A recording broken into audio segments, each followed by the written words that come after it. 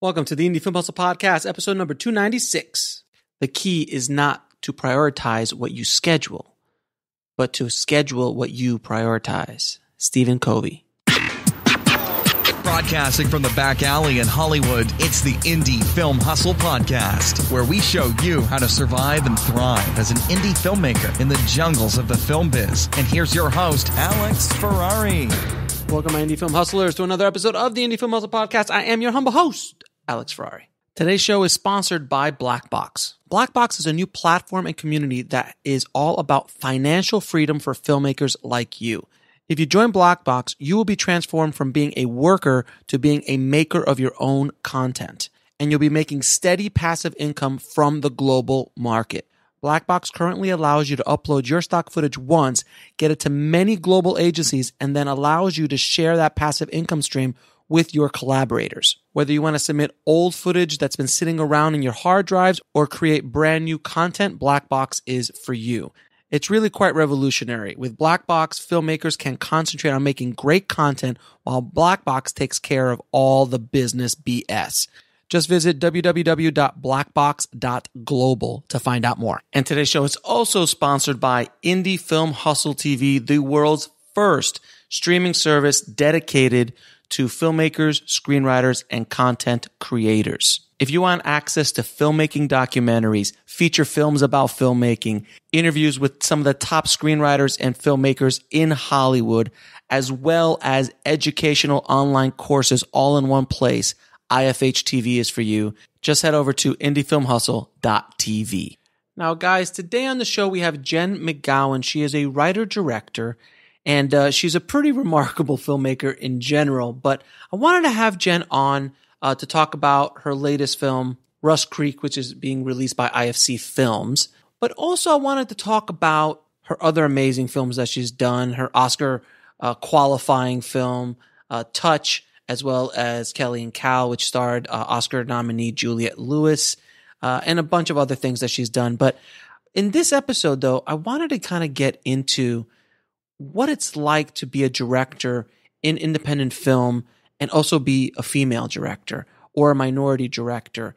And I asked her about this, and she was so game and so forthcoming about talking about her experience about being a female director. And I've had many female directors on before on the show, but I've never asked this question. It's generally a question you don't ask, but I really feel it's important to get this information out there for not only female directors listening to the show, but also male directors as well, to kind of see what it's like from her point of view. And again, I want to thank Jen so much for being so honest and raw about her experience and just the state of independent film. She's doing a lot of great stuff for independent filmmakers, mentoring film makers coming up, and creating opportunities for other filmmakers through companies that she's working with and has created herself. In general, Jen's a pretty awesome person, and I really am so blessed that she came on the show. So without any further ado, please enjoy my conversation with Jen McGowan. I'd like to welcome to the show Jen McGowan. Thank you so much for coming on the show, Jen. Hello. Thank you for having me. Appreciate that. Now, I've had many female directors on before, but we are going to get into some deep stuff today. Oh, shit. Okay. Okay. So it's going to be fun. It's going to be hopefully educational to everybody listening. But I feel like I sat in an hour-long therapy session. Is that what's going to happen? I think it's going to be, if you were a tree, what kind of tree would you know? All right, let's do it. All right. So first of all, how did you get into the business? Well, so my mom's a nurse. Mm-hmm. My dad worked for the government. I grew up in Northern Virginia outside of Washington, D.C. So Hollywood all the way. Got it? Yeah, totally. And I kind of had no idea what I wanted to do with my life. And my parents were like, as long as you can feed yourself and pay your bills, awesome. Luckily, in high school, I took some acting classes and I was good. And the instructor, she really encouraged me. And I was like, oh, I guess I'll do this. Mm-hmm. So I applied to NYU. I applied to a bunch of schools. I got into NYU. And I went and I studied acting at the Atlantic Theater Company through NYU's Tisch School of the Arts. Sure. I was there from 1994 to 97. Mm-hmm. And, when I got out, I needed to earn a living. So that small, detail. We're artists. People tend to leave out of their biographies. We're just artists. Rich and famous. We're just rich and famous. They just be the famous, but the rich part they forget about. Yeah. I forgot about how I was born. So I got a job at a commercial production company as a receptionist. Mm-hmm. It was a day job. I don't care what it was. Mm-hmm. And that was very fortunate because it exposed me to some type of filmmaking. Mm-hmm. So, that was, let's see, I graduated NYU when I was 20. So it was 20 where it first even occurred to me that was something I'd be interested in. Mm-hmm. And again, I was, that was my day job. I was making money, shitty money, but money. Mm-hmm. And, foraging things away. And while I was auditioning as an actor and I was getting little shitty roles that were super lame. And I was like, oh, this sucks. This sucks. A lot of student projects? Student projects, off Broadway, just. So like Virginia off Broadway, like you were in Virginia. Yeah, exactly. Like Idaho. Off Broadway. Got it. But also the roles were like super lame. I was like this sweet little, or I looked like a sweet little 100-pound 20-year-old, fair complexion, red hair. I got all these nice girl roles, these girl next door roles. And I was like, oh, this is awful. Of course, looking back now, honestly, that's what a lot of women's roles amount to is these nice girl wives supporting. I didn't know that at the time. I just thought, fuck this sucks. Right. So I was like, I'm going to make something on my own. I thought I saw people making stuff. I can probably figure that out. So I made my first short film when I was 20, 21. It was on 16 millimeter film. Wow. I got Panavision to donate a camera. I got Kodak to give me film and, took over an apartment or two for a weekend. And, the film was horrible, but I loved it. I was like that for me, that was my Goldilocks moment. I loved every moment from conception to screening. And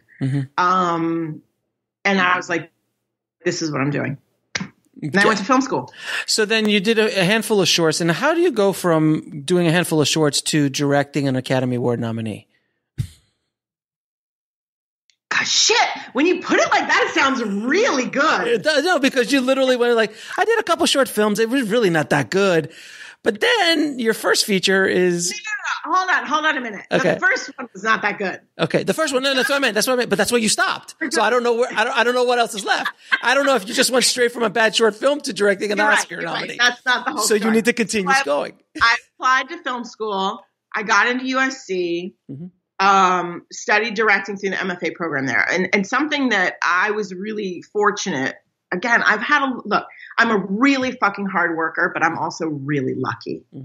And I say that, especially, as your audience is curious about learning about the industry. As you go through your career, you will meet people who are more talented than you, who are more skilled than you, who have better connections than you. They might not be the ones that end up rising to the top. It doesn't mean that you're better than them. It just means that it didn't happen. So that's why yes, I'm really hardworking and I hustle. And I think I'm pretty good at what I do too, but I'm also really lucky. So to that, I got into film school. I went to film school. Because I was paying with student loans, I tried to stay for as short as I possibly could. I knew I only wanted to direct, so I didn't take any classes that weren't directing. I took all the extra classes that let me make stuff. And that was a total strategy. I got to the end of my thesis project, and I was like, okay, I've got a full semester of critical studies classes to take. If my thesis film does well, I'm out of here. And if it doesn't, I'll stay, take that semester, and I'll make something else, hopefully better. Right. And so my thesis film got into Tribeca, and I was like, I'm out. I had a whole semester of courses left that I was like, no way, dude, that's like 30 grand. Are you crazy? Yeah. So that was my first short film, proper short film. Sure. Then I did another film called Tisch, which was really the thing that opened all the doors for me. That film is a very simple film. It's two women standing on a train platform. You can find it online. Mm-hmm. I can give you the link. It did incredibly well. It went to over 100 film festivals around the world, won most of them. Uh-huh. And that one of the wins was the Florida Film Festival, which then qualifies you for the Oscar. Right. Which I did not get. Yes. Did not even get into the last 10. I was so bummed. Right. But I did get the attention of some producers who, at the time, I was pushing a project forward, mm-hmm. which was this script called Kelly and Cal. And my background with my family, I don't really have any contacts except for whoever I made while I was working. And I was like, I'm gonna get this film made. I'm gonna find the money for this film. And I just basically knocked on every door that was appropriate. Mm-hmm. I mean, I think that's really important when you explain that. Okay. Here's my general rule of thumb. I do not ask for something from a stranger or any cold call type of situation that is not going to benefit them. Mm-hmm. It's just that's the language of this business. I will ask a friend. Mm-hmm. I will ask a family member. But when you're getting into business relationships, it has to be win-win. Mm-hmm. So that means asking the appropriate person. So, for example, when I was trying to get Kelly and Cal made, I spoke to a friend of mine and my husband's. Mm-hmm. So same age, not like, whatever. And he's a manager. And he oversees a lot of big studio superhero movies. Mm-hmm. And I was asking him his advice, and he was like, I have no idea how these little movies get made. None. Yeah. I've spoken to many of these big studio guys that they like, you say, I made a movie for $5,000. They're like, I'm sorry, what? That's not even our coffee money this week. He had no idea. He was like, Jen, I would be I have no idea. Right. Once you do it, let me know. I'd like to know. And I'm like, okay. So, you don't ask Spielberg to produce your short film. I mean, maybe you do if you know him, but that's the thing. Do you know the person? Sure. So in any case, I was trying to, and I was getting to the end of my list of producers, and when somebody would say no, here's the other thing. I knew the script was really good. Okay. I knew the script was really good. I knew my work was really good because after I did Tisch. Mm-hmm. So I wasn't asking for a favor. I was presenting a package that was valuable. Doesn't mean it was a complete package. We needed financing. We needed all these things. But what was there was valuable. And that's something I think is really cool about the film industry is we all need one another. So make that work for you. People look at that need of needing one another and they see it as a negative. It's like, no, somebody needs you too. Right. Great. Whatever level you're at, whether you're making your first shitty short film or you're making a multi-$100 million feature, there is somebody at every level that needs you. Mm-hmm. Your task is to find that person, people. So anyway, while I was looking, this is where the luck came in. These two producers, Mandy Taggart and Adias Roney, New York. I'm in LA. Mm-hmm. They called me out of the blue. And they were like, hi, we're Spring Pictures, and a friend of ours saw your work on the festival circuit. We're looking for up-and-coming female directors. Would love to know if you have anything you want to make. That generally doesn't happen. Get the fuck Who is it? Who is this? Who is this? I was like, okay. But I will say, being a woman in this industry, and this is a challenging thing to say, but you have to be open to paths that are not traditional. Mm-hmm.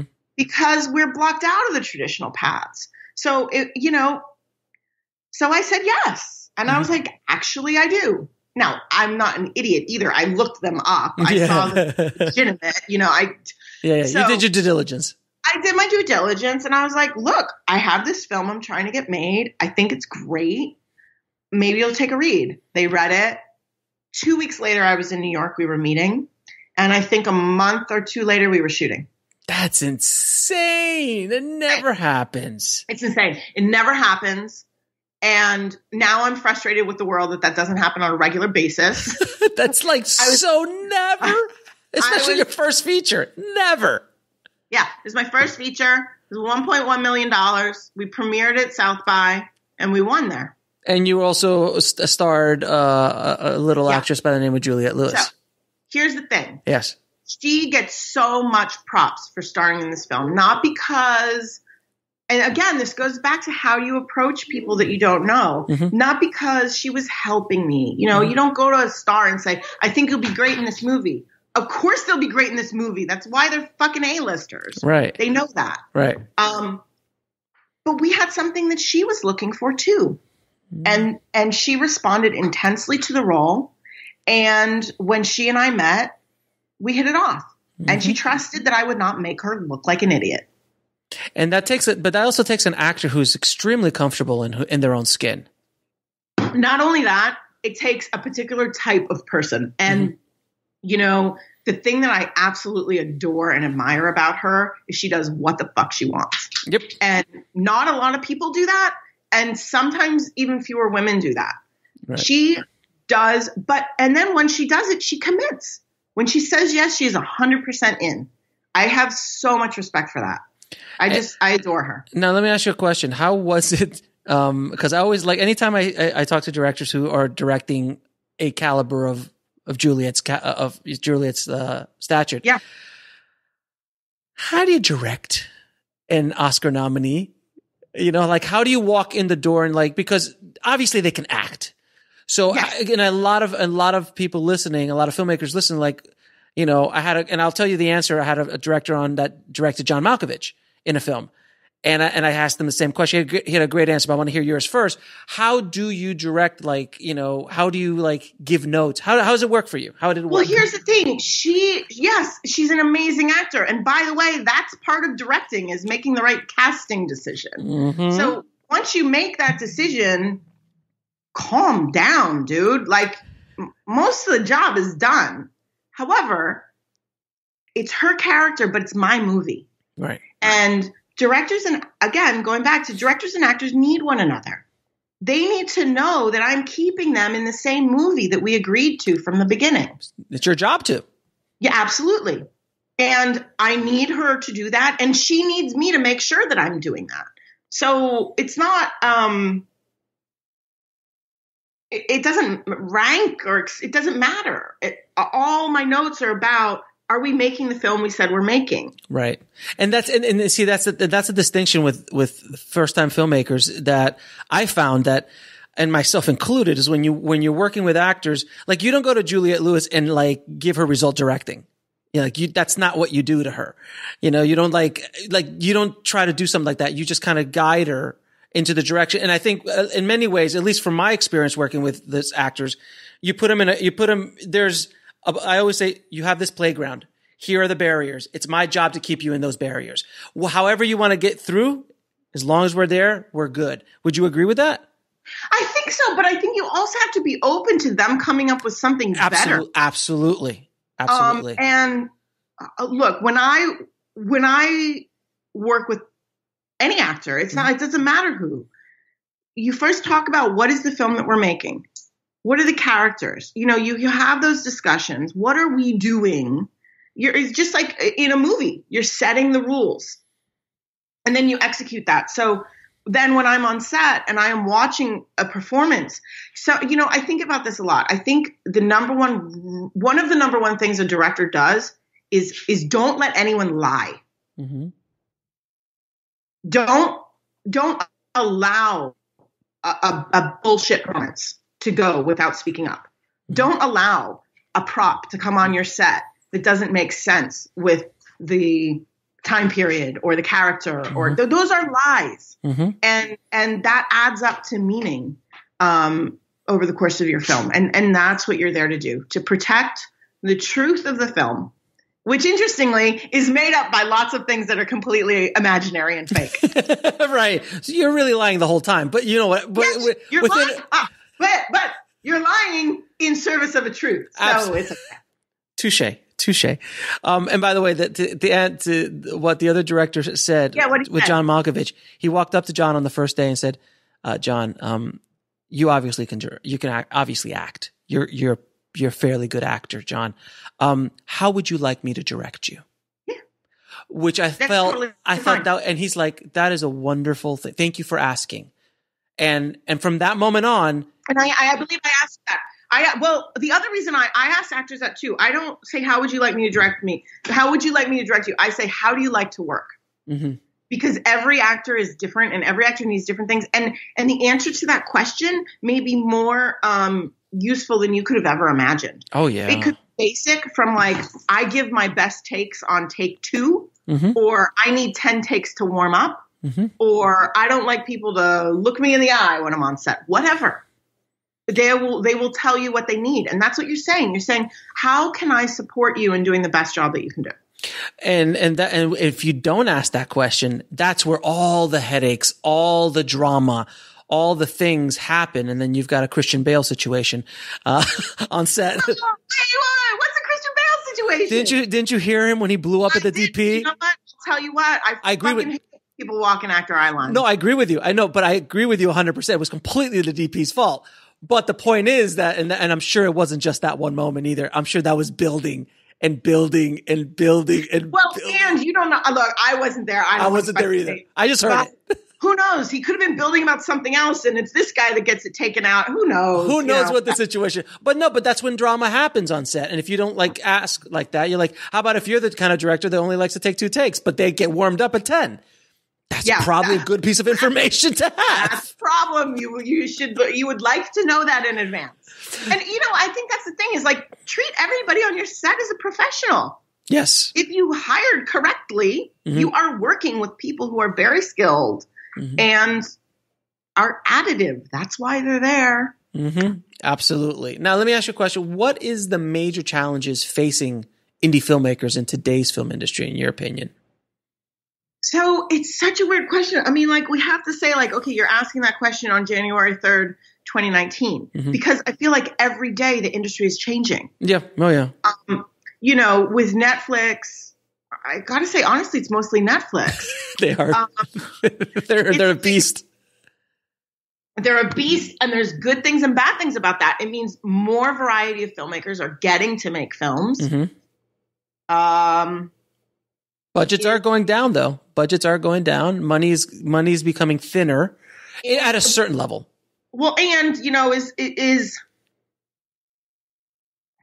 I don't know. Like, what is the process? I talked about this the other day on April Wolf's podcast, Switchblade Sisters. We were discussing a movie I love called Under the Skin, and is that the one with with Scarlett Johansson? Yeah.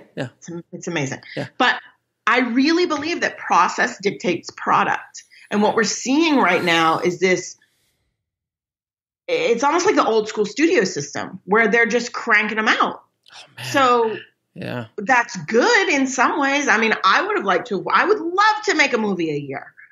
The question is, are we seeing the same filmmakers? Are they able to build and grow and make? I don't know. It's too early. Right.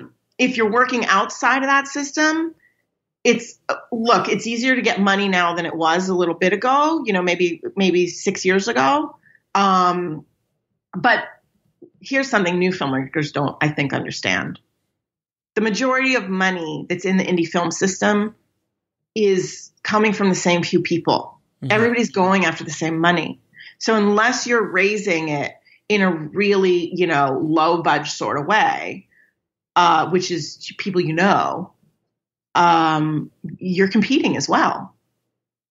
With actors, with projects that have bigger actors attached, that have an easier way of recouping their money, genre movies, all sorts of different things. And every year there's a different trend, So it's like right now the trend is actresses stepping up to direct. Awesome, cool.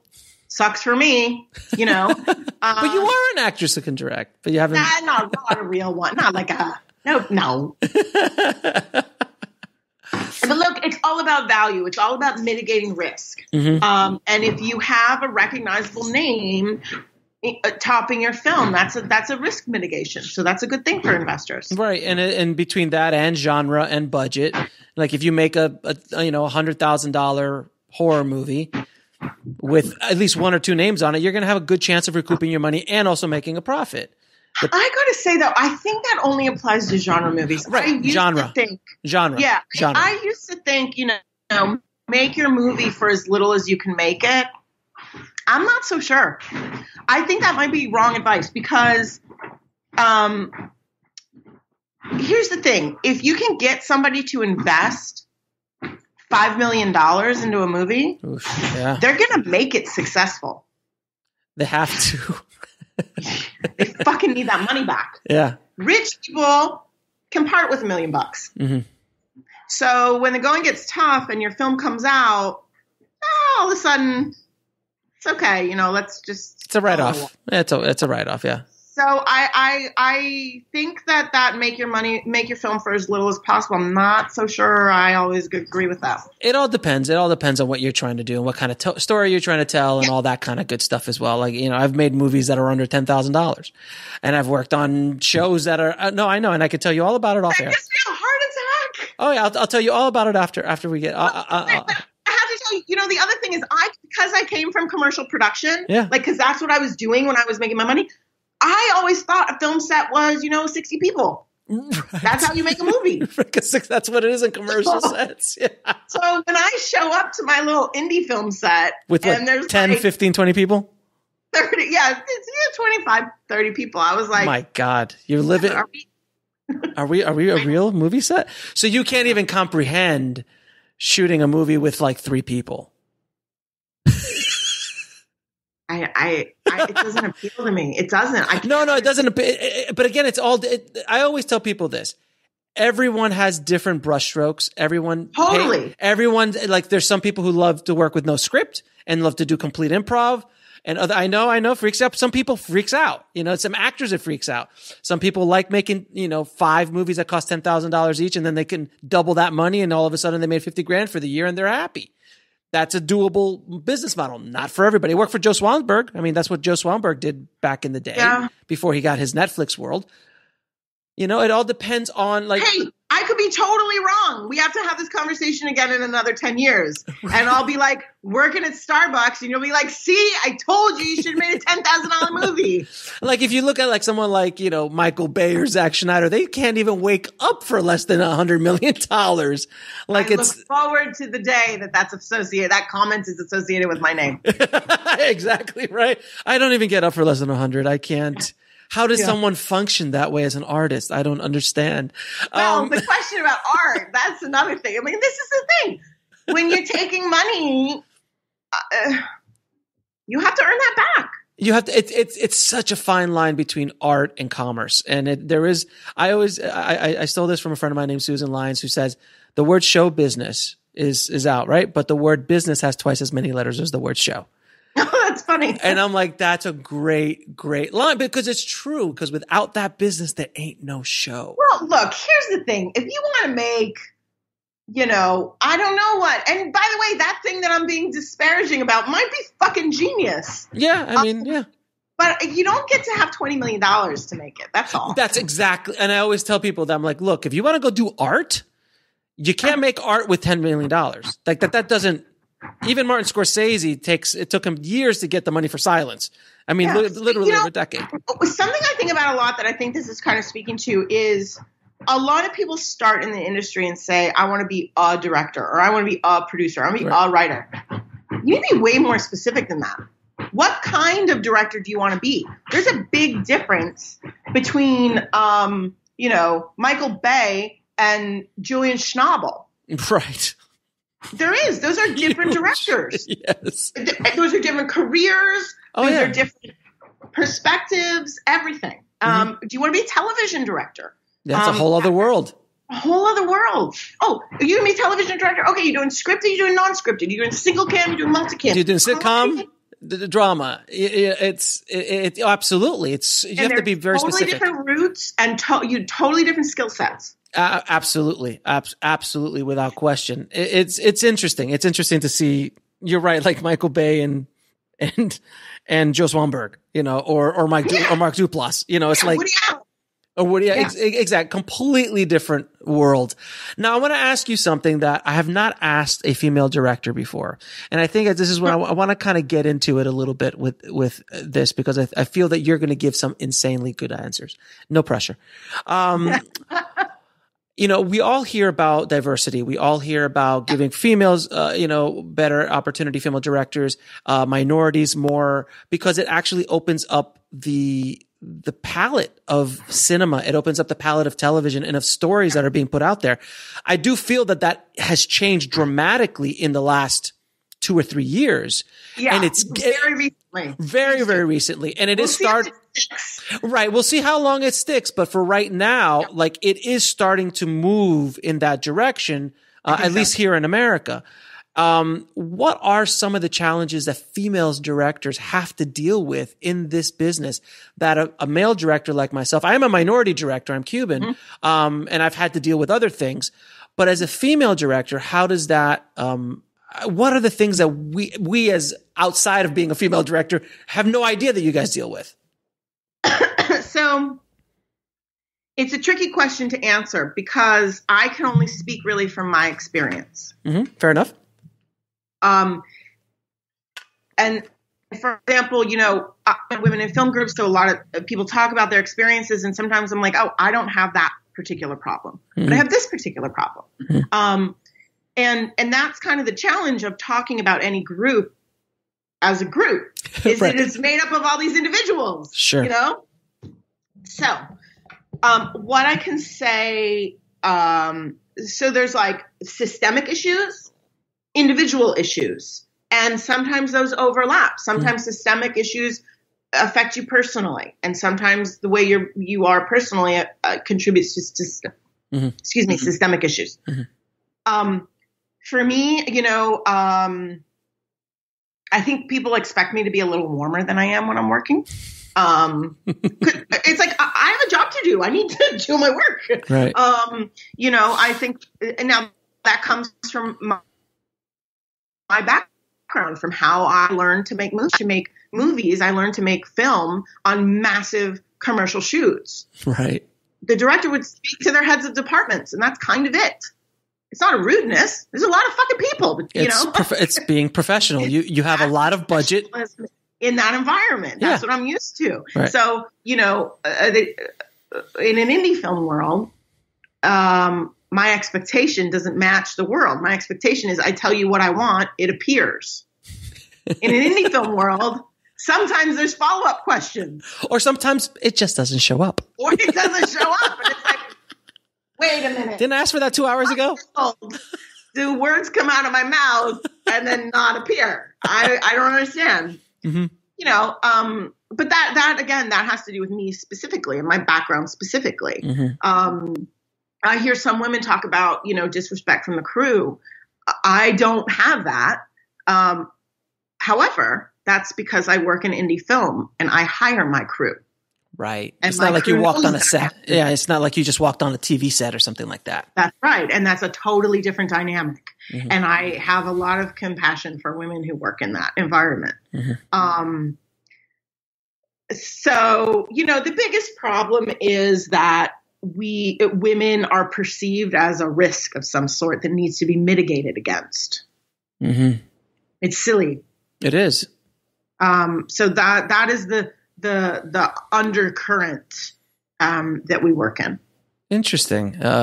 Because we just lost one of the most successful female directors. I know. Penny Marshall, which she made two of my favorite films of all time. Well, actually, she did Awakenings as well. I loved Awakenings, but League of Their Own, I still think it's one of the best. I still think it's one of the best baseball movies ever made. Period. It's a great movie. Such an amazing movie, and I challenge anyone to watch it and not cry a little bit at the end. See, but okay, what women filmmakers are making movies like that now? Now, to be fair, we don't really make movies like that now. Well, period. Yeah, like a movie like that would not be made in today's studio system. It just wouldn't. It'd be very difficult to. And Penny did have a little bit of juice because she just got off Big, which was the biggest, she was the first female director to make $100 million, which was amazing. And then she got, League of Their Own right afterward. So she had a little juice coming in, behind her. And from what I've studied about her, Gary didn't help a whole lot. Her big producer brother, she said it in an interview. She's like, look, Gary came up to me. He's like, I'm not going to risk my career for you. So straight up, like he said that straight up. I'll tell you something funny about that. Yeah. My husband does television. He does nonfiction television. He has his own production company. Uh-huh. I cannot tell you how many things I come up with and pitch to him. And there's this one show I've pitched to him. And he's like, I don't get it. I was like, that's fine. I just need to be clear that you're passing because I am going to take this to one of your competitors and get it made. Uh-huh. Are you going to be okay with that? He's well, maybe I need to read it again. But when I heard that, he's like, I'm not going to risk my career for you. So you got to come in and knock it out yourself. Yeah. It was extremely interesting. Now, but do you think the industry is giving more opportunities now to not only to women, but also to minorities in general? In certain areas, mm-hmm. I think it's really wonderful that there is actual research being done on this now, mm-hmm. because in the past, an interviewer would ask somebody like me this and we'd say, yeah, I think it's getting better. Mm-hmm. Okay. That's based on my very subjective singular experience. Mm-hmm. The fact of the matter is we can look at numbers because of the research being done at USC Annenberg by Stacy Smith and mm-hmm. Martha Lausen at San Diego and see that in big budget feature films, it's not changing. No, because they don't. It's because of the risk mitigation that you're talking about. Even someone like Kathryn Bigelow, who could rock it like the best. James Cameron said it best. He's like, she kicks ass as an action director more than most boys. It's true, and she having look at who.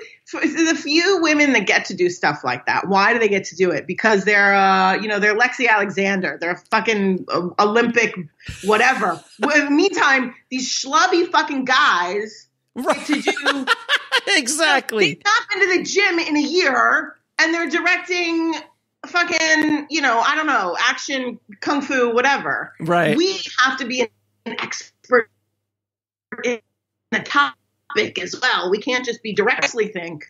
Some of this is because people do not, even in our business, know what a director does. Right. They think it's magic. It's not magic. It's not magic. It's a skill. It's experience. Skill. Yeah. But they don't believe that. They think it's magic. And, and I think one of the biggest pieces of advice I ever got is like casting is 90% of a directing job, as well as casting your crew, hiring good people Absolutely. Around you who know, Absolutely. who are much more skilled in those arenas than you are. Arguably the only two directors that I know of that even people who've worked for them said that, these guys are probably better at what we do than we even are is Kubrick and maybe Soderbergh too. That's a third one, and Cameron, and because these guys are they're freaks of nature. They're just outliers. But it's very true. And yeah, well, so you know what? But that's a good point because we like to elevate the, what is that word in math? It's like the odd thing, the fluke. Yes. We like to elevate the fluke and then make decisions based on that. That's crazy. So this brings me to another topic, which I always love to talk about, the lottery ticket mentality. So the lottery ticket mentality is, who do they show at every lottery drawing? The winner. They don't show the billions of people who lost. So the mentality of the El Mariachi story, Robert Rodriguez, Tarantino's mythical story, Kevin Smith, Spike Lee. Yeah, we tell those stories because we like those stories. Richard Linklater. Those guys who like, oh, they made the little short film and they did this, or Paranormal Activity that was made for $30,000. And I love anytime I see a prospectus or an investment packet. Every single time. Like, you guys, that's not repeatable. It's like, look, Blair Witch made. I'm like, Blair Witch was 20 years ago. Why is this? That's the other thing in too. On the perspective. And then they're like, well, Easy Rider was like, Easy Rider? Are you kidding me? Because that was an independent movie back in 1970 something. The thing is, like, you have to know, I really think you have to know the business. I personally like the business. I enjoy the business. Yeah. I like the people that populate the business. I think that contributes to some of my luck, frankly. Mm-hmm. You know, if you have trouble, if you don't like people and you don't like the industry. But still want to be rich and famous. You know, I'm sorry. Why do I give you money when, you know? I think it's so important. And if any filmmaker listening to this right now really needs to understand that you got to understand the business. The business is not sexy. It is not the sexy part. Lenses are sexy. Cameras are sexy. Being on set with big stars is sexy. But when it's pouring out and you're on your 14th hour and you're over budget and you're going into OT that day, and if you don't understand what's going on, and then your actor's giving you problems and your DP's giving you like, I need another 3 hours because I need to set this shot up. I'm like, dude, just shoot the damn shot. You know, this is not Oscar winning right now, guys. Let's just move it along. Okay. So this is one of the things that drives me bananas. Whenever they talk about, to get back to women in film, whenever they talk about women in film, they're like, they're not good enough. Okay. But what bullshit? That's like bullshit. But no. what kind of comment is that? But what doesn't matter what kind of comment. It's such a broad comment. The point is, you know, our industry is made of like, what, 1% Oscar winning films? Right. I'm sorry. How many Oscar winning films did you make this year, Mr. Employee or employer? I'm fine. I'm good enough for what you're making. Right. They always set you up like, well, you know, Spielberg or Fincher or, you know, Soderbergh did this. Yeah. And just like, why are you? There are lots of other directors making lots of other stuff. Right. And doing what I do now, I've met a lot of them. I've spoken to a lot of them. I interviewed a lot of them. And the more you realize, like, again, it's that fluke mentality. They just it's just easier. It's easier because you can wrap your head around Kubrick. It makes you feel good. I mean, look, this is why we tell stories to begin with. Right. We tell stories to either validate our own experience or, you know, make us feel a certain way, inspired, happy, sad, whatever. But that's also why I think who makes stories is very important, because when we're telling ourselves stories, which are essential, you know, storytelling has been from the dawn of man. We were telling ourselves stories. So clearly it's important. I'm not a sociologist. I don't know why, but it's important. So if your story is about, you know, what is that phrase about two blind men grab an elephant, one grabs the tusk and one, you know, it's like, guys, if we keep telling the same stories from the same perspectives, we are doing a disservice to ourselves and to our audiences, because we're not telling the full picture. Because that's not a reflection of the world we live in. It's not a reflection of the world we live in. And, you know, it doesn't, if stories are helping us figure out who we are, who we were, and who we're going to be, when we leave out entire groups of the population, is it any wonder that we have difficult relationships with those groups? Or even worse, villainizing them. Totally. You know, I mean, you can't see an action movie without a foreign villain.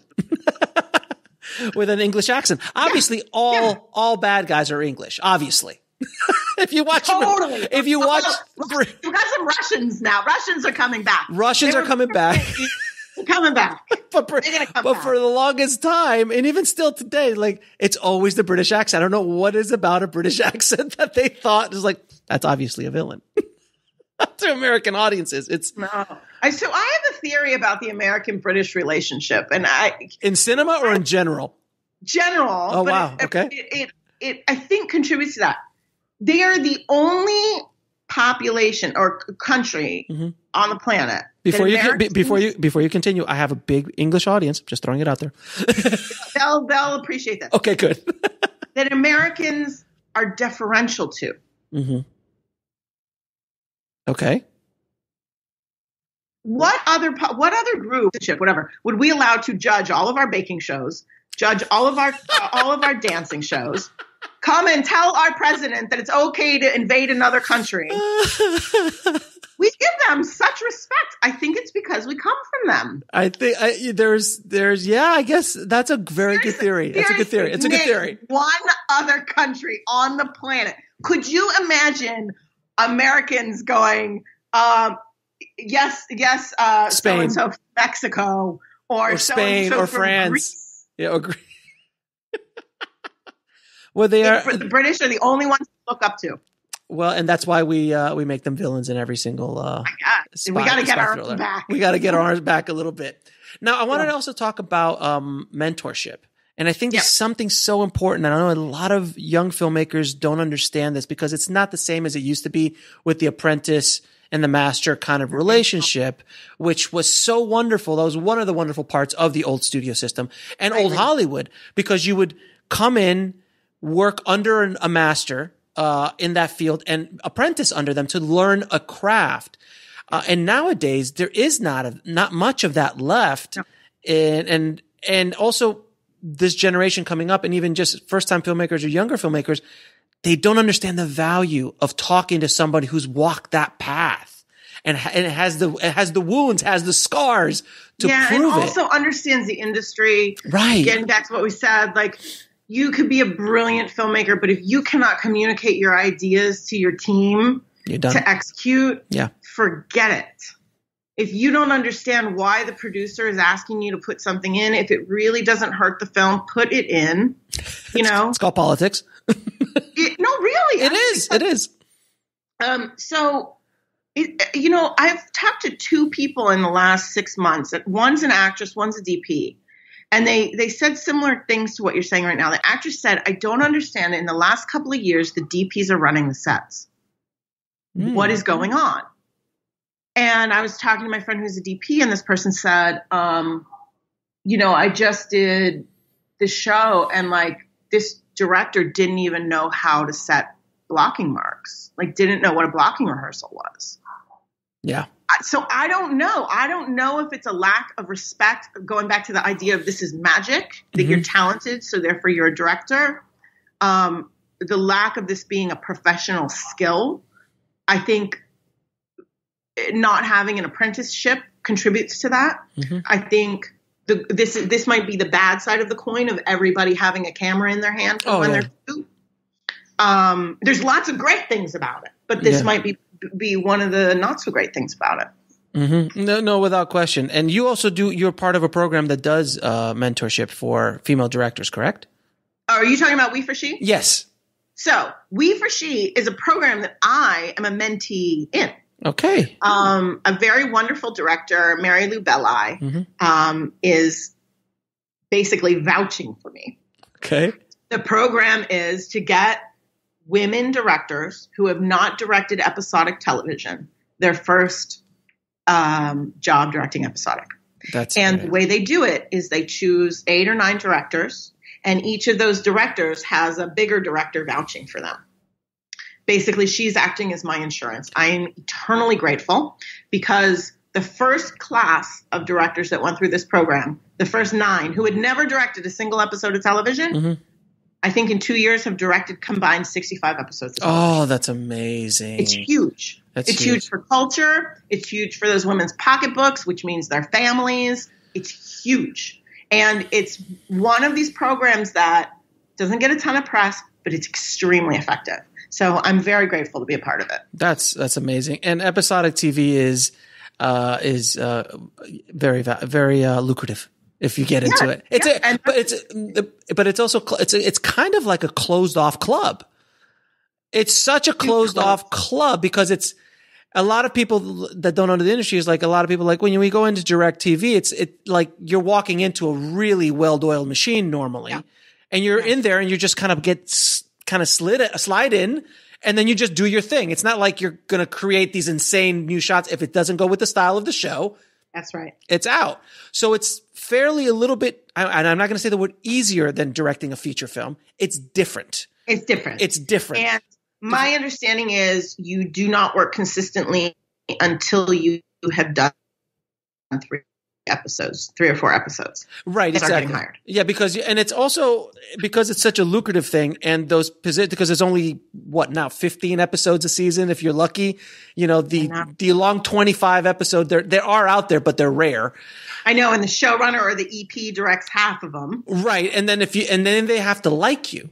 So it's like literally I've talked to TV directors, like if you've got a good personality and the cast likes you, because the cast is so powerful on those kind of shows, especially the higher, the leads and the EP. If they like you, like, you know what? Jen's kind of cool. Let's bring her back. She was really cool to work with. But if you have an attitude and you're not which is so funny, because I feel like sometimes the indie film world rewards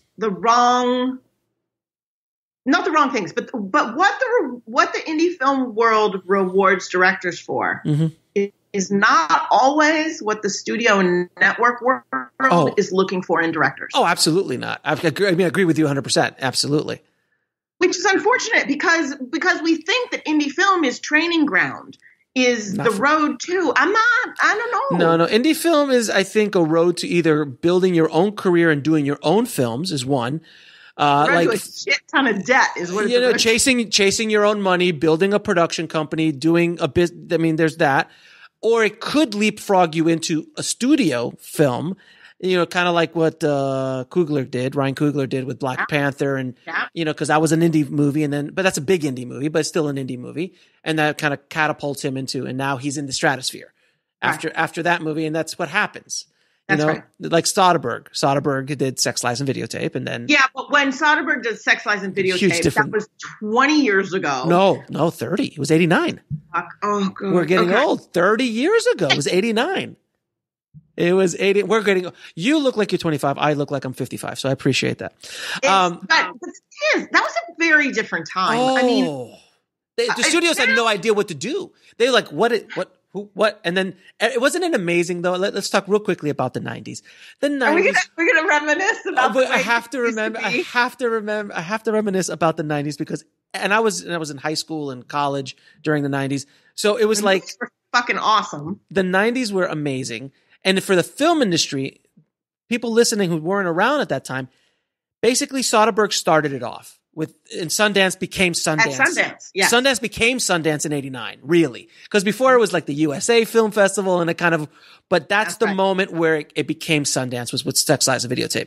Yeah. Then every year there was a new just prodigy that show up. So Robert Rodriguez, Linklater, Tarantino, Kevin Smith. Anything that Christine Vachon touched. Yes, I mean, exactly. All these filmmakers who just start showing up, and a handful of them have kept. A lot of them just fell off. But think about the difference between then and now. But there's not as much competition. And this is not just the criticism of Sundance. Any of the film festivals that have any influence, I don't know. I don't know what the percentages are, but how many of those are coming already with distribution? Oh, yeah. Back then it wasn't. Back then there was very little of that. It was nothing. It was absolutely indie film, and then the studios caught on, and they're like, "Whoop!" Fox Searchlight, yeah. Sony Classics. All of a sudden, is this good for our PR campaign for our Oscars? Yes, let's do this film festival thing. How much do you want? $3 million. Take it. It was a wonderful time, and then. Towards the end of the 90s and when we got into the 2000s, everything changed. But that was a really interesting time for it started the independent film movement because technology had finally caught up. But also keep in mind at that time, that was like the beginning of gay cinema being popular. Yeah. Greg Araki. So there was something unique for that audience medium to bring to audiences. Mm-hmm. Like, Sundance was and still is in a lot of ways the heart of gay cinema. Gay cinema, now transgender, all of that, absolutely. But it's not as novel now. But at the time, it was like mind blowing. What is this? Mm-hmm. So it was a real leader in cultural conversation. It's not as because before, like at that time, there was no internet. There wasn't as much media hitting us. I remember applying to Sundance on a form that they had to mail you, and you mail it back. And you would send your VHS? I don't remember. VHS or DVD, one of the two. Probably. Yeah, exactly. No, it was a different time, but now there's so much more competition. Like this year, 14,200 submissions to Sundance. Okay. However, half of those were probably fucking horrible. Well, of course.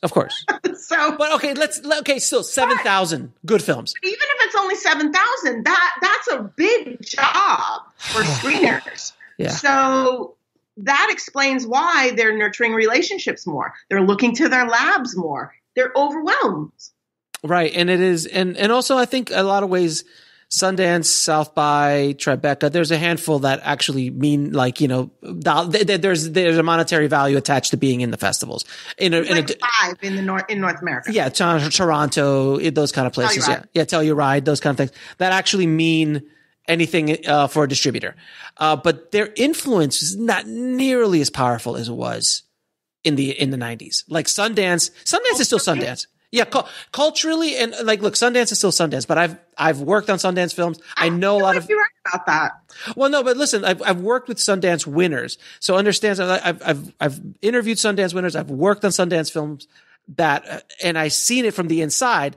Before you would get into Sundance and you were off, like you were done. Yes. Harvey, lack of a better term, Harvey would show up Yes. Harvey, Miramax would show up with a check. With the lucky stick. With the lucky stick. You've come down from the mountain. You've been anointed. You now can come and direct. But it would literally be almost everybody that would get in would have automatic in. Now, like maybe one or two of them, 3, 4 out of the festival will get that kind of treatment. If their film is like, yeah, insane. I don't know. I mean, honestly, I think those would be interesting numbers to see. I think that would, because we filmmakers tell ourselves tales about these things. I think those would be interesting numbers to look at. But I do know that in terms of the conversation, the strategy is like, do we really want to premiere there? Because are we going to be able to raise a bar? Like, yeah, no, it's brutal. It's absolutely brutal. And they're all fighting for the best films, and it's and then the best programming, and then it's like, and then if this film, where am I going to get the most love? Am I going to get it at Sundance, at South by, at Tribeca? Who's going to give me the most love? I'll tell you what is handy about that for people to understand is that comes to the point of understanding your audience. Each of those festivals is an audience. Each of those festivals has taste. Yes. It has a specific brand. You're an idiot if you don't inform yourself about those things. So like a genre film will probably have a better chance at South by than it does at Sundance, depending on what it is. Generally, yes. I mean, obviously there are exceptions to everything. If your genre film has Brad Pitt in it, it's going wherever the fuck you enter it, I remember watching Old Boy at Sundance with the director and it was just the most amazing, and that was a midnight movie, and it was the most amazing experience ever because no one knew anything about that movie. You've seen that, I'm assuming. Yeah. Oh, it was such a. That was what year was that? Because 2004, 2005 or 6 or 7, one of those times. It was in that year. I could be wrong about this, but you would know. Did they always have the midnight? No, they didn't have. No, that was something that they added later because they started. It's new, yeah, and like Toronto has the midnight showings, and it became a thing. It became a thing. Yeah. To get other kinds of films in that they would not normally get, and now they have the Sundance Next show or there's another category of like films. And they have interactive and they have television and it's a lot. It's definitely a lot. Now I want to talk about your latest film real quick, which is Rust Creek. Yes. I haven't had the pleasure of seeing the film yet because no one sent me a trailer. But I'm just throwing it out there. No one sent me nothing. I'm just saying. I'm messing with you, Karen. I'm messing with you, Karen. Under the bus. Karen is no. I'm joking. But I did see the trailer and it looks fantastic. I get sent trailers every day. Every day I get sent trailers. And it's a rarity that I want to see an indie movie. Like, it's because it's just generally the trailer's not well put together, or it's just like, it's not that interesting. Or you've seen it before. Or we've seen it before. your film, which you'll talk about in a second, I would not mind watching that. Like I wouldn't mind watching that poster. Alex Ferrari said, I wouldn't mind watching it. Not bad. I always think it's really funny because I have a dark sense of humor that you can work your ass off for years. Sure. Blood, sweat, and tears into a movie. Mm-hmm. It premieres, and there's somebody in the audience that's going to go, Well, because they have no idea, and we're so bombarded with media that they don't understand what it takes to actually put something on that screen. But no, but in all honesty, it doesn't matter to the audience. All joking aside, it does look phenomenal. So please tell the audience what it's about and any interesting stories behind it. Yes. So the film is called Rust Creek. It opens in New York at IFC Center tomorrow, January 4th. Nice. And then it opens a bit wider, so select cities January 11th, and it'll be on demand as well. It's going out through IFC Midnight. There's two answers to the question, what is the film about? The first is about plot. So it's about a young woman in her last year of college in Kentucky. She gets a job interview in DC over Thanksgiving break. And, she's kind of type A, so she doesn't want to tell anybody in case she doesn't get the job.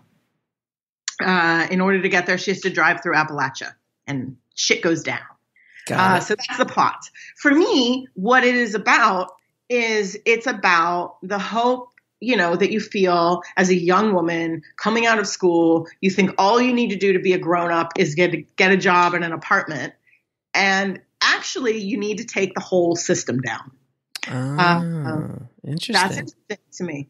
And that's what, when I'm looking for movies, I'm always thinking, can I make something interesting out of this that the audience will enjoy? Mm-hmm. Can I keep myself interested for the 2 years? And that's on this. This is a project that I pitched on, I interviewed for, and I was hired to direct it. That's excellent, which are rare nowadays. These open assignments for directors are a rarity in general, so that you got it. Yeah. That's a testament to you. Because I really want to be that old school director that I go in and I pitch and I don't have to write. I love the process of bringing a script to life. Mm-hmm. That's your job. But that's your job. You're a director. That's what we do. More and more, they want you to be a writer, director, and I don't find that as interesting. And now you have to be a writer, director, actor, or actress. That's a whole other story. Yeah, not happening. And any interesting stories of making it? Because I'm assuming Appalachia it's wonderful, sunny all the time. It's wonderful all the time as far as weather is concerned. So anything go wrong? Well, let me ask you a better question. What was your biggest challenge? Let me ask you a better question. What is the most challenging thing that happened to you on the set of making that film? Honestly, this is probably the same answer as to the previous question, which was weather. Mm-hmm. We were shooting in Kentucky between Thanksgiving and Christmas. Mm-hmm. Kentucky weather, which I did not know, notoriously moody. In that, the beginning of the day can be 40 degrees, the end of the day can be 80 degrees, and there's a rainstorm for 5 minutes in the middle. We had every type of weather. It was extremely cold. We had days where it was 7 degrees. We were primarily shooting outside. We were shooting in water. One day, we were rushed to the basement of a building because there was a tornado coming. It was, the weather was quite challenging. Not Southern California film stable weather. Oh God. Yeah. I forget because, we live here and it's hard to, when you go outside of the state, you're just like, is that a storm cloud? And you look up and you forget what they look like. What I really forget is the bone-chilling cold. Oh, yeah. Yeah, I don't know. There's a huge difference between 32 and 7. Oh, huge. It hurts. When it's so cold, it hurts. That's just God telling you need to leave. Yeah, go inside. We invented heaters for a reason. Just go. You shouldn't be outside. And then also, you're also part of a website called Film Powered. That's your site? That's my site. I created that. So tell me a little bit about that. I started Film Powered 3 years ago with the goal of then, and still the goal now, of increasing gender parity working towards gender parity in the industry across the board. So it is a membership of vetted professional women in film and television, from script to criticism. So the members are writers, directors, lawyers, crew, film critics, distributors. It's international. It is free. And what it is peer-to-peer classes, social events, and jobs. Because what I realized working up the ladder is the higher I got up the ladder, the more isolated I was becoming. The more frequently I was the only one in the room, unless I was insisting on hiring in a certain way. And you hire the people that you know. So it becomes a reinforcing phenomenon where if you're surrounded by guys on this project, you're probably going to be surrounded by guys on the next project. By the way, nothing wrong with guys. I have worked with a lot of great guys, and there's a lot of great guys that worked on Rust Creek. But there's nothing wrong with women either. Right. And they are skilled and professional and deserve a job and deserve to be paid and deserve to be held up to the standards that everybody else is. Fair enough. Fair enough. Now I'm going to ask you a few questions I ask all of my guests. Okay. What advice would you give a filmmaker wanting to break into the business today? Today. That's the important part of the question, actually. Yeah. Not 1991, not 1977. 1977. I'm not going to jump on the Universal tour and then jump off and open up a little know, bullshit. And this is, by the way, for people who don't know this story, there's a Spielberg story where he jumps off, he finds an office somewhere, sets up shop, and starts making deals for like 6 weeks until someone finds out who he is, and then Sid Sheinberg gives him a 7-year directing contract. Yeah, because that's how reality works. All right. Nice story. Yes. So, look, I think you need to find your people. I think you need to make stuff. And I think you need to test that stuff out on people who are not your family. Test it out on people who don't like or dislike you. Gotcha. They just want to see stuff. Got it. And then do it again and do it again and do it again. And in the meantime, you need to sustain yourself as a human being, which means you need to have a job that pays you money so you can pay your rent. You need to take care of yourself. All of these things are important if you're going to sustain long enough for the time that it takes to turn it into a real career. Yeah, it's a long-term play. It's not a short-term play. No. And if you're lucky, hallelujah, you got hit with the lucky stick. Chances are that's not going to happen. So I wouldn't depend on it. Right. If you have a 6-month plan, you're probably not going to make it. Yeah. You need a 6-year plan. Yeah. You're probably wasting 6 months, quite frankly. Go to the beach. Yeah, exactly. Yeah, but you should have a 6-year plan. A 10-year plan is what I always suggest to people. Yeah. Now, can you tell me what book had the biggest impact on your life or career?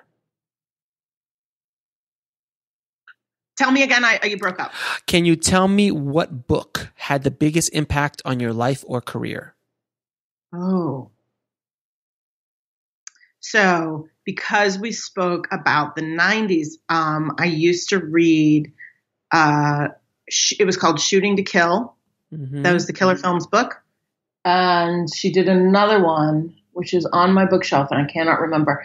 Basically, Christine Vachon of Killer Films had this book about indie filmmaking. Oh, wow. And I thought that was phenomenal. Okay.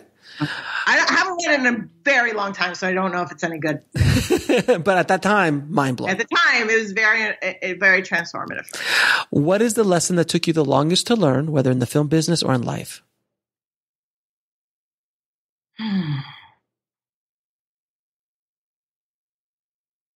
Probably, I don't know. I'm so many lessons.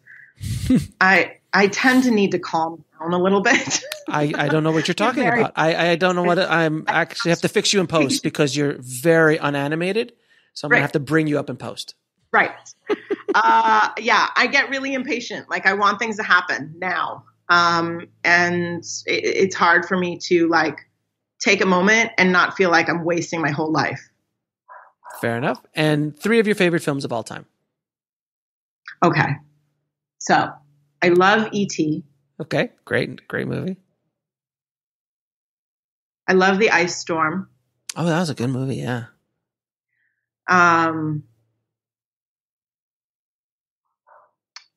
about? There's so many. Just today. What comes to your mind today? I hate this question. There's so many. This is a really like douchey film school answer, but I love Three Colors Blue. Oh, nice. Just blue or all three colors? Blue is my favorite. If I remember, red is my favorite. I love red. I personally love red. I love blue too. Blue's good. And anyone who doesn't know that movie is by Krzysztof Kieslowski. Kieslowski, who was an amazing director. Yeah. The Decalogue, Double Life of Veronique is a masterpiece. Yeah. He was a wonderful. Did you ever see Cameraman?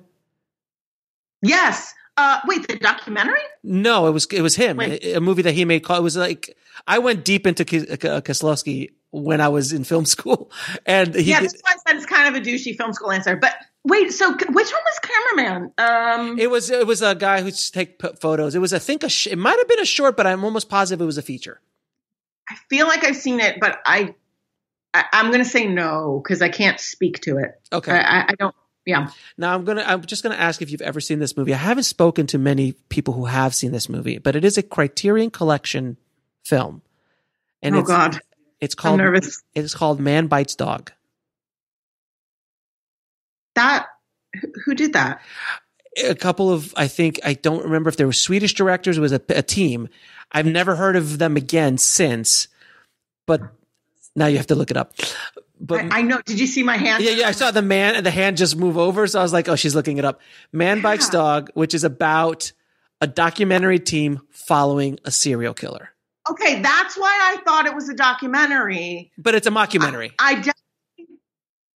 It's a mockumentary kind of. Yeah. Okay. All right. Here's an obscure one from you. Did you ever see the movie? I want to say I love that we're film geeking out here. I love it. I love that we're film geeking. I have to say, this is actually one of my weaknesses. I am not a great film.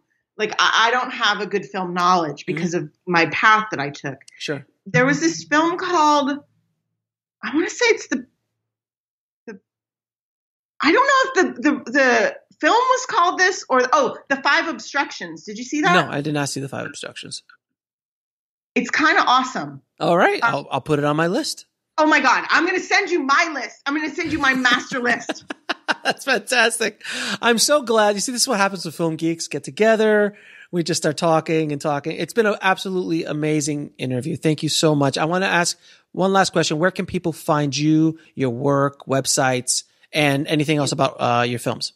Cool. So you can find me on my website, which is jenmcgowan.com. Mm-hmm. You can find Film Powered at www.filmpowered.com. Mm-hmm. I'm on Twitter at I am Jen McG. And my movie Rust Creek can be seen in theaters and on demand starting January 4th. Fantastic. And I'll put all those links in the show notes. Jen, it has been an absolute pleasure talking to you. Thank you for your... So fun. Thank you for having me. Your raw honesty and dropping some major knowledge bombs on the tribe today. So thanks again. Okay, thank you. Again, I want to thank Jen for being so honest, so raw, and so forthcoming about everything that she talked about in this episode and dropping some major knowledge bombs on the state of independent film and all the other cool stuff we talked about. So Jen, thank you again so much. If you want links to anything we talked about in this episode, please head over to indiefilmhustle.com/295. And there you'll be able to find links to her new film, Rust Creek, which is pretty badass, I have to say. And if you haven't already, please head over to shootingforthemob.com. Shooting for the Mob is my new book about my experiences making a movie or almost making a movie for a gangster and hanging out in the mob, hanging out with movie stars and, you know, meeting Batman and all sorts of other cool stuff that happened and actually horrible stuff as well. But it's an extremely interesting book. And if you're a filmmaker, you're going to want to read this book. It is an allegory of what not to do when you're chasing your dreams. And if you want to get access to the book early, head over to shootingforthemob.com and sign up to be part of my launch team. The book comes out February 22nd everywhere. Thanks again for listening, guys. And as always, keep that hustle going. Keep that dream alive. And I'll talk to you soon. Thanks for listening to the Indie Film Hustle podcast at indiefilmhustle.com. That's INDIEFILMHUSTLE.com.